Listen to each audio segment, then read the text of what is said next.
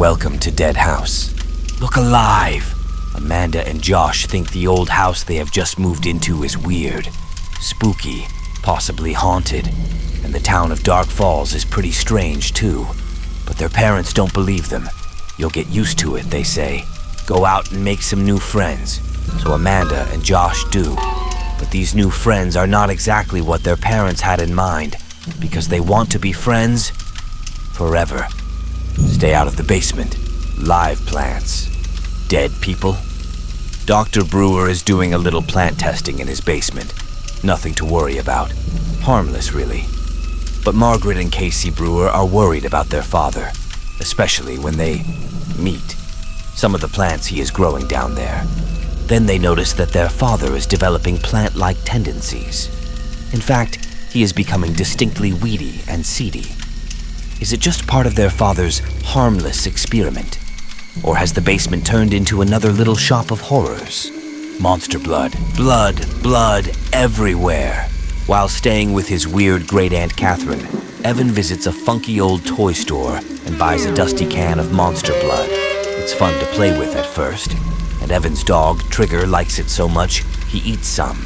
But then Evan notices something weird about the green, slimy stuff. It seems to be growing, and growing, and growing. And all that growing has given the monster blood a monstrous appetite. Say cheese and die. Every picture tells a story. Greg thinks there is something wrong with the old camera he and his friends found. The photographs keep turning out wrong. Very wrong. Like the snapshot Greg took of his father's new car that shows it totaled. And then Greg's father is in a nasty wreck. But Greg's friends don't believe him. Sherry even makes Greg bring the camera to her birthday party and take her picture. Only Sherry's not in the photograph when it develops. Is Sherry about to be taken out of the picture permanently? Who is going to take the next fall for the evil camera? The curse of the mummy's tomb. Something dead has been here. Gabe just got lost in a pyramid. 1 minute, his crazy cousin Sari was right ahead of him in the pyramid tunnel. The next minute, she disappeared. But Gabe isn't alone. Someone else is in the pyramid too. Someone, or something. Gabe doesn't believe in the curse of the mummy's tomb, but that doesn't mean that the curse isn't real, does it? Let's get invisible. Disappearances can be deadly. On Max's birthday, he finds a sort of magic mirror in the attic. It can make him become invisible. So Max and his friends start playing Now You See Me, Now You Don't, until Max realizes that he's losing control, staying invisible a little too long, having a harder and harder time coming back. Getting invisible is turning into a very dangerous game. The next time Max gets invisible, will it be forever? Night of the Living Dummy. He's no dummy! Lindy names the ventriloquist's dummy she finds Slappy. Slappy is kind of ugly, but he's a lot of fun. Lindy's having a great time learning to make Slappy move and talk. But Chris is jealous of all the attention her sister is getting. It's no fair. Why does Lindy always have all the luck? Chris decides to get a dummy of her own. She'll show Chris. Then weird things begin to happen. Nasty things. Evil things. No way a dummy can be causing all the trouble. Or is there? The girl who cried monster. She's telling the truth, but no one believes her. Lucy likes to tell monster stories. She's told so many that her friends and her family are sick of it. Then one day, Lucy discovers a real live monster, the librarian in charge of the summer reading program.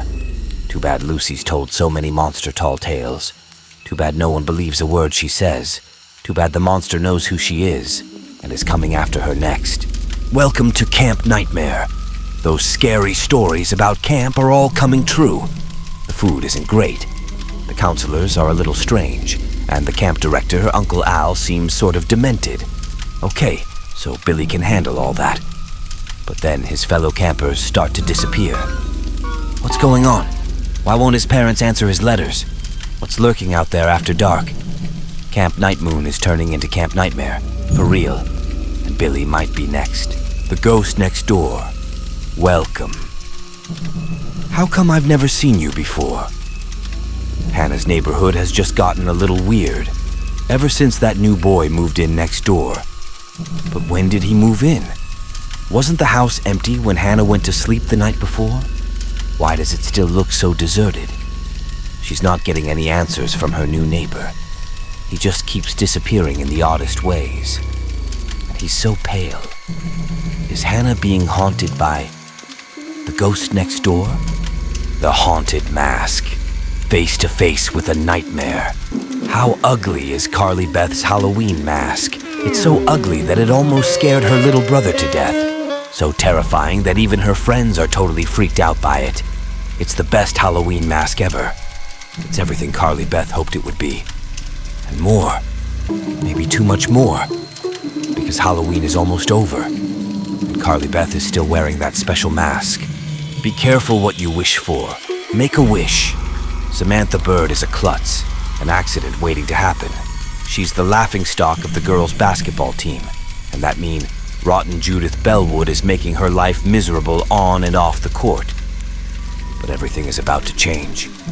Sam's met someone who can grant her 3 wishes. For real.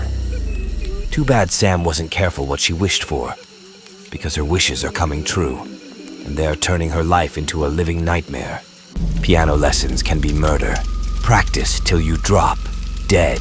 When Jerry finds a dusty old piano in the attic of his new house, his parents offer to pay for lessons.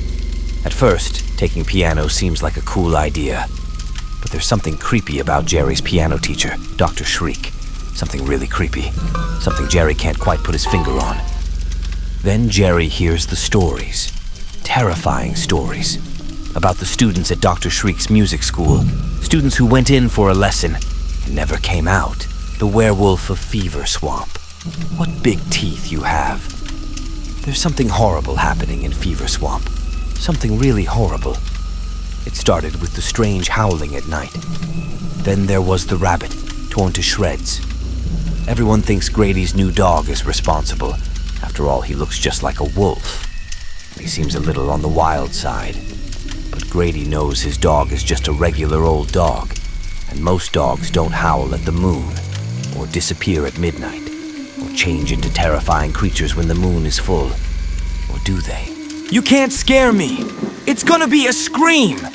Courtney is a total show-off. She thinks she's so brave and she's always making Eddie and his friends look like wimps. But now Eddie's decided he's had enough. He's going to scare Courtney once and for all.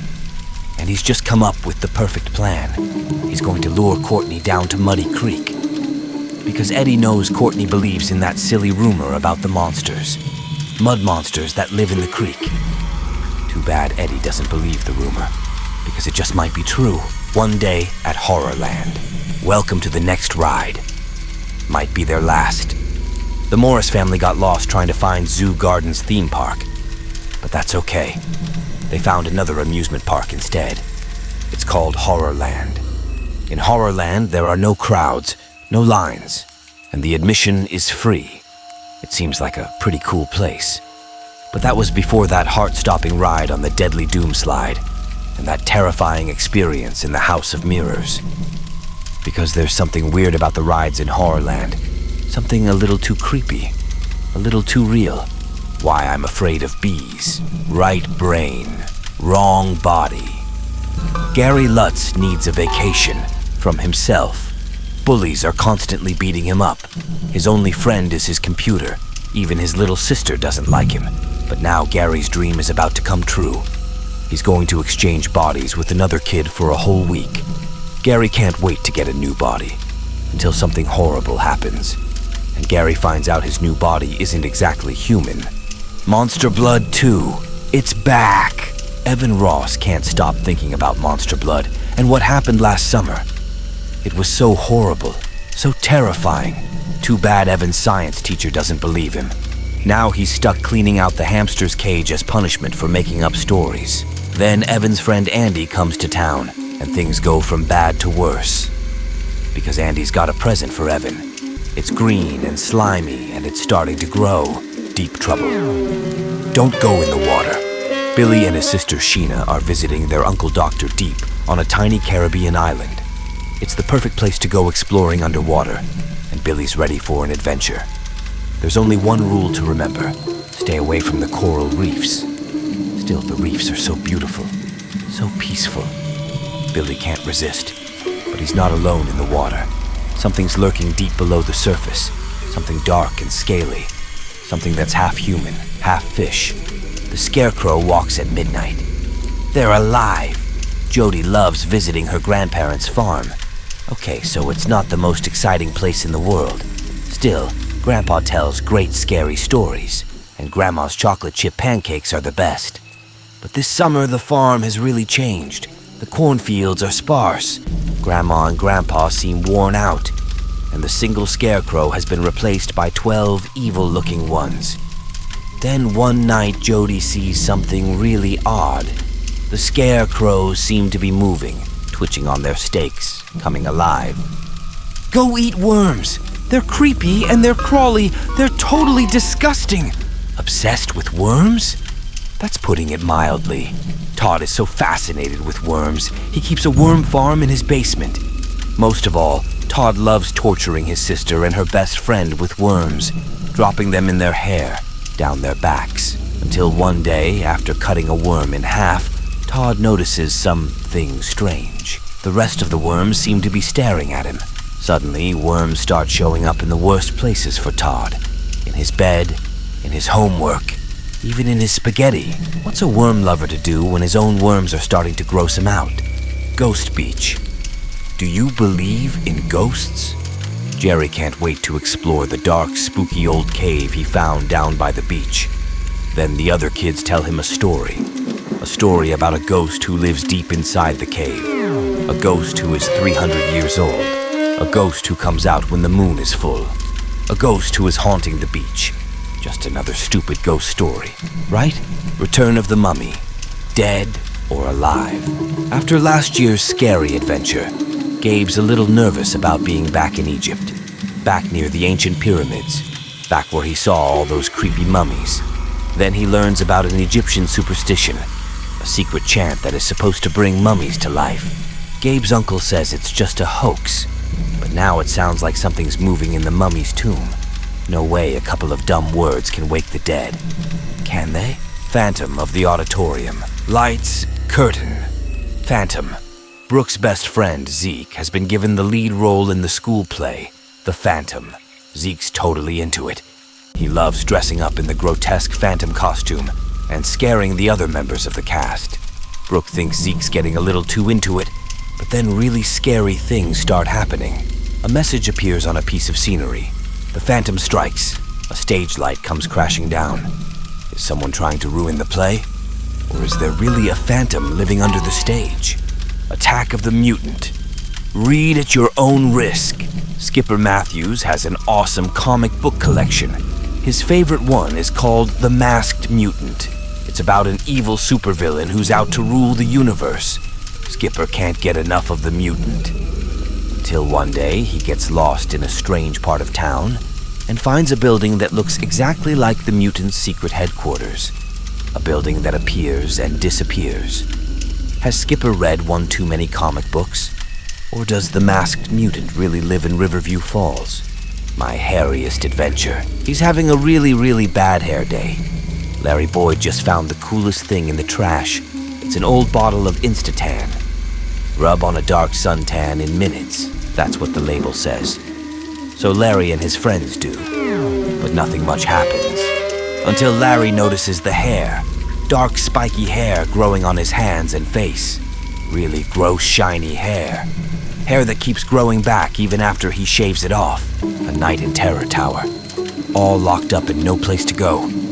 Sue and her brother Eddie are visiting London when they run into a little problem. They can't find their tour group. Still, there's no reason to panic.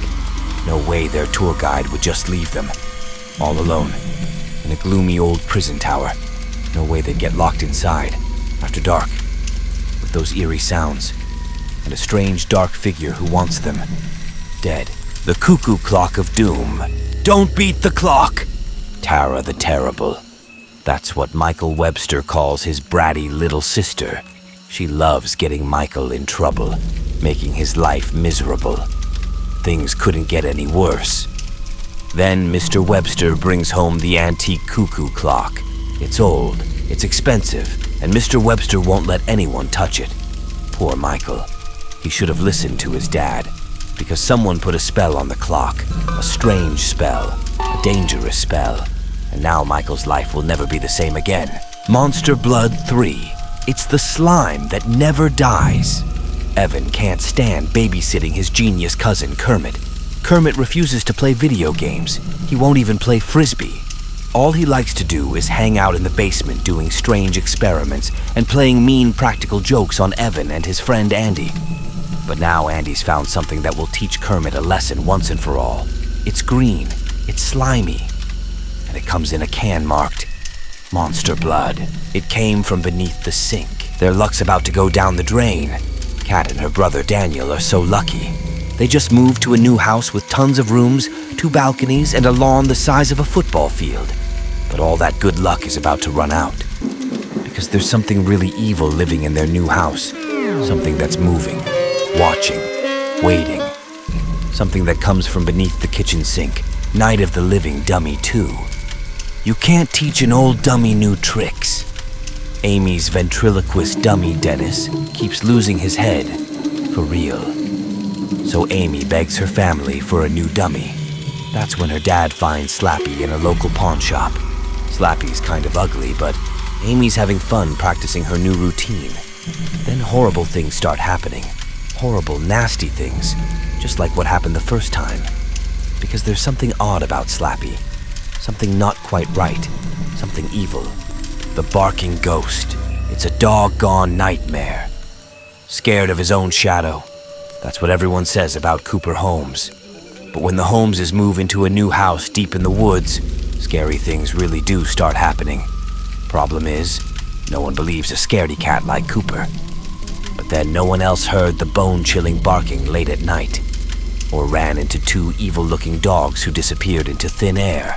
The horror at Camp Jelly Jam. It's not whether you win or lose, it's how you stay alive. Swimming, basketball, archery, King Jelly Jam's sports camp has it all. Too bad Wendy isn't a total sports freak like her brother Elliot. But how excited can you get over a game of softball? It's just a game, right? Wrong! Because Camp Jelly Jam is no ordinary sports camp. And Wendy's about to find out why.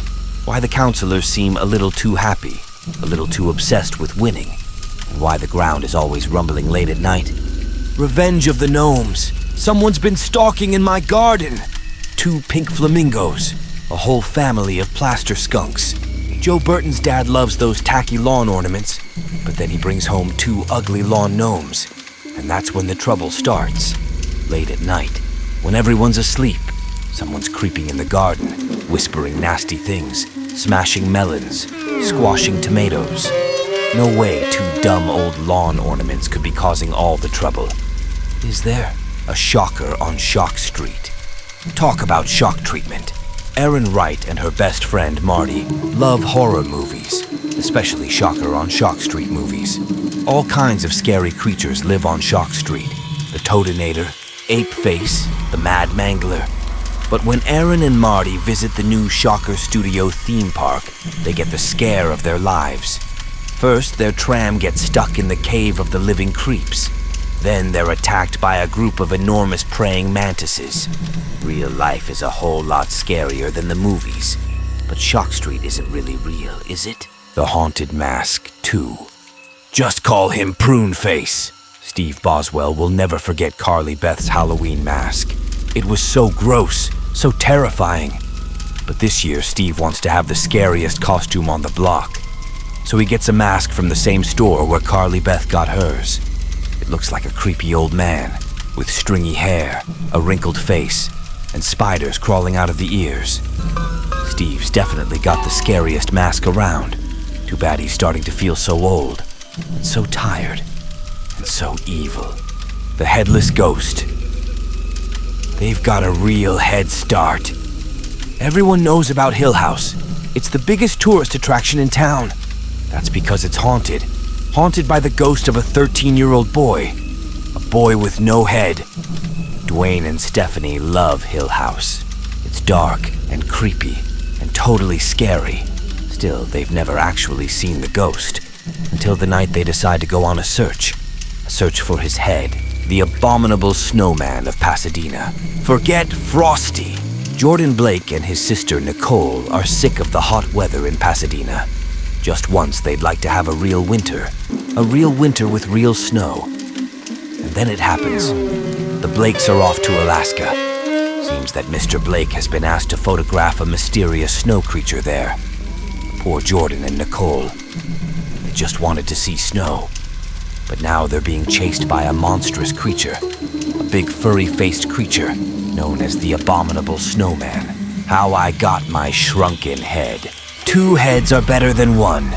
What has 2 eyes, a mouth, and wrinkly green skin? Mark's shrunken head. It's a present from his Aunt Benna, a gift from the jungle island of Balladora.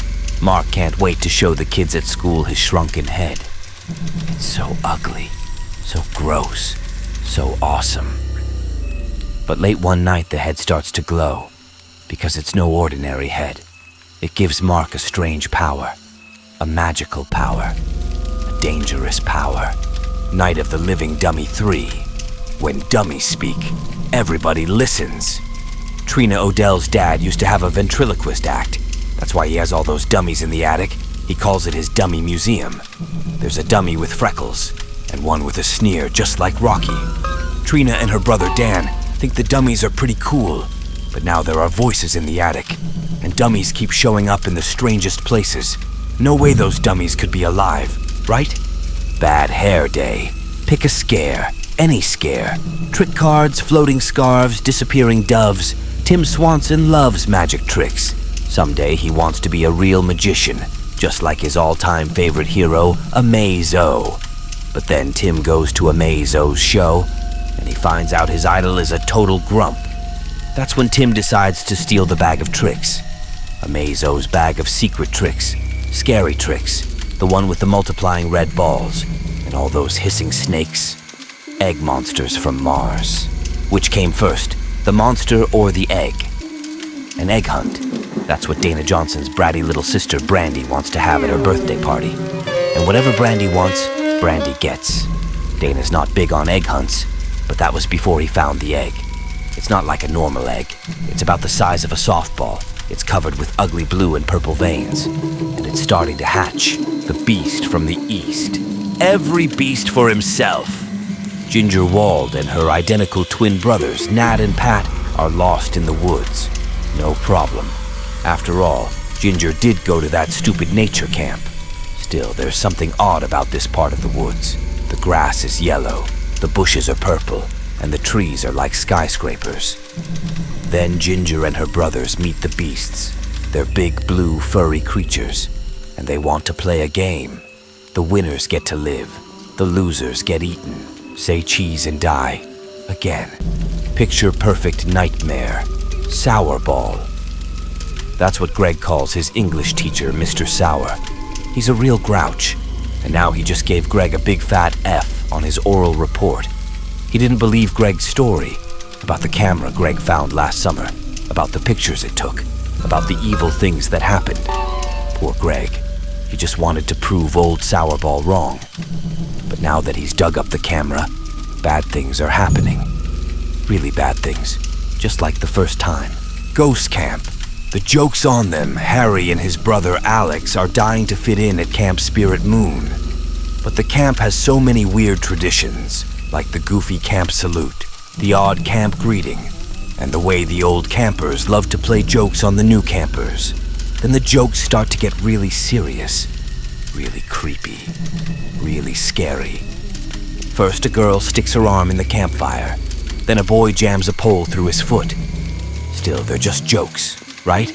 How to kill a monster. Home Alone. With a monster? Gretchen and her stepbrother Clark hate staying at their grandparents' house. Grandpa Eddie is totally deaf, and Grandma Rose is obsessed with baking. Plus, they live right in the middle of a dark, muddy swamp. Things couldn't get any worse, right? Wrong. Because there's something really weird about Grandma and Grandpa's house. Something odd about that room upstairs. The one that's locked. The one with the strange noises coming from it. Strange, growling noises. The legend of the lost legend. Talk about a horror story. Nobody loves a good story like Justin's dad. He's a famous writer and story collector. That's how Justin and his sister Marissa ended up in Brovania. Their dad is searching for an ancient manuscript called The Lost Legend. Justin and Marissa want to help, but instead of finding the lost legend, they get lost. And the woods of Brovania are filled with the strangest creatures, like hundreds of squealing mice, silver-colored dogs, and terrifying Vikings from long ago. Attack of the Jack-o'-lanterns, pumpkin power. Nothing beats Halloween. It's Drew Brockman's favorite holiday, and this year will be awesome, much better than last year, or the year Lee and Tabby played that joke. A nasty practical joke on Drew and her best friend, Walker. Yes, this year Drew and Walker have a plan for revenge. It involves 2 scary pumpkin heads.